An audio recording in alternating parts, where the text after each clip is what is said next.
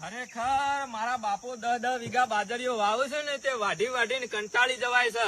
વાઢવાની, લણવાની અને કઢાવાની ને પછી પૂળા ઠેકોણા કરવાના ને કોથળા ઠેકોણા કરવાના. આ બધું કરી કરીને હું તો કંટાળી ગયો. બોલો શું કરવાનું? અમે એવો વિચાર કર્યો છે તે મોમાના ઘેર જઈ અને અઠવાડિયું મોજ કરવી છે અને ફરવું છે.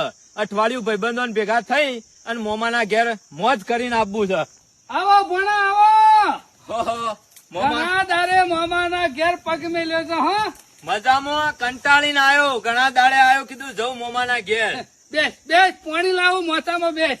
હાશ, અમે મજા આવશે મોમાના ઘેર. લે ભણા પાણી પી. સારું કર્યું ભણા, તું આવી ગયો. તારા મોમાએ 5 વીઘા બાજરી વાવી છે ને, અને આ વરસાદ આજ આવું કાલ આવું મને એવું લાગે છે બાજરી પલળ છે. નાવત તું આવી ગયો, નાવત તો 2 જણ ઉપડી ગયા દાંતીરું લઈને તે બાજરી વાટીને જ છે. એટલે પલળા નહીં કે તારા